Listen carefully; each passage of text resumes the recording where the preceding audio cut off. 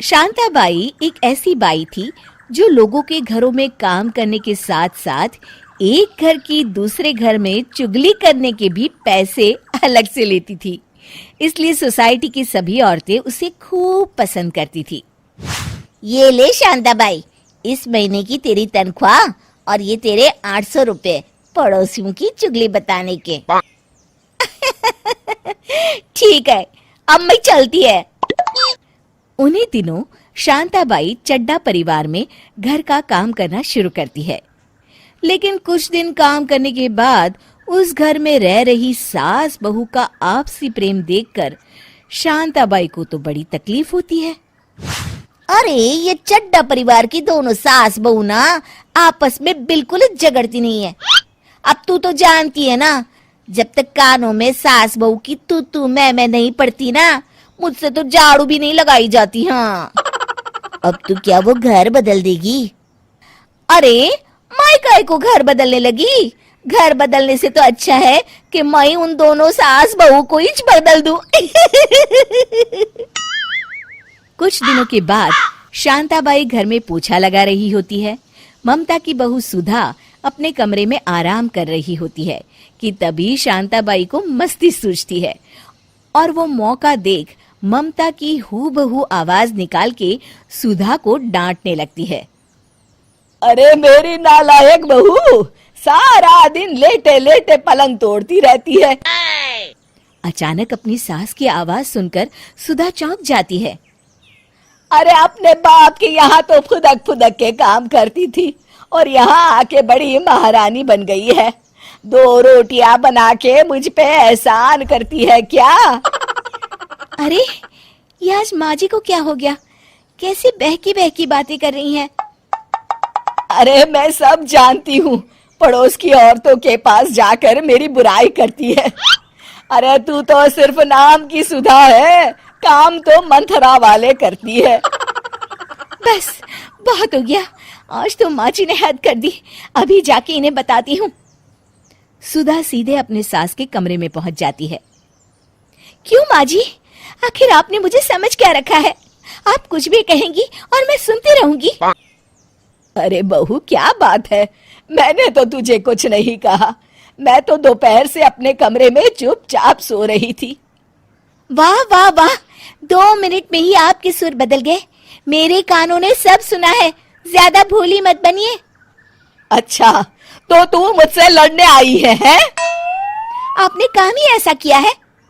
देखते ही देखते दोनों के बीच बात इतनी बढ़ जाती है कि दोनों अपना आपा खो देती हैं और एक दूसरे को भला बुरा कहने लगती हैं।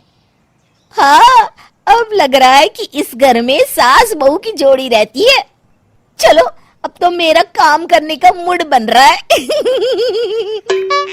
इस तरह शांताबाई को जब भी मौका मिलता वो दोनों सास बहू को लड़वा देती और खुद बैठकर मजे लेती। फिर एक दिन शांताबाई ममता के कमरे में साफ सफाई कर रही थी। ममता अपने रिश्तेदार से व्हाट्सएप पर चैटिंग कर रही थी।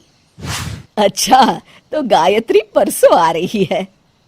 तभी अचानक कुकर की सीटी बज उठती है और ममता रसोई घर की तरफ भागती है। उसी वक्त ममता के मोबाइल में गायत्री का मैसेज आता है। जरा मैं भी तो देखूं, ये बुढ़िया किसके साथ बात कर रही थी। ममता के मोबाइल में गायत्री का मैसेज देखकर ये गायत्री पूछ रही है कि सुधा के लिए क्या गिफ्ट लाऊं। अरे मैं बताती हूँ ना।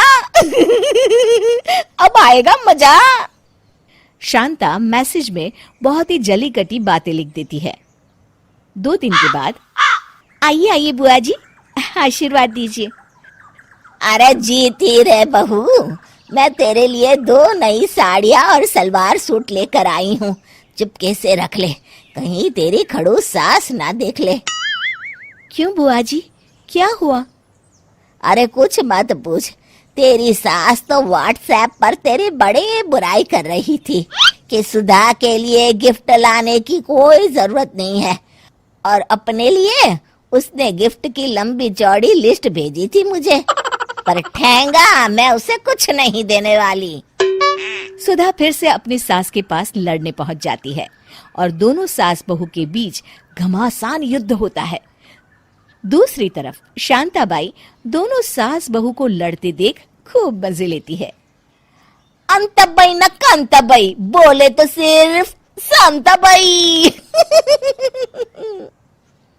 फिर एक दिन सुधा अपनी किसी सहेली से हाथों पर मेहंदी लगवा रही होती है कि तभी उसका मोबाइल बज उठता है। अरे ओ शांताबाई, जरा देखना तो किसका फोन है, कह देना मैं बिजी हूँ। शांताबाई देखती है कि सुधा के पति का फोन है। शांताबाई फोन उठाकर सुधा की आवाज में बातें करने लगती है। हेलो, हाँ कहिए जी, मैं सुधा बोल रही हूँ। क्या आपको आज आने में देरी हो जाएगी?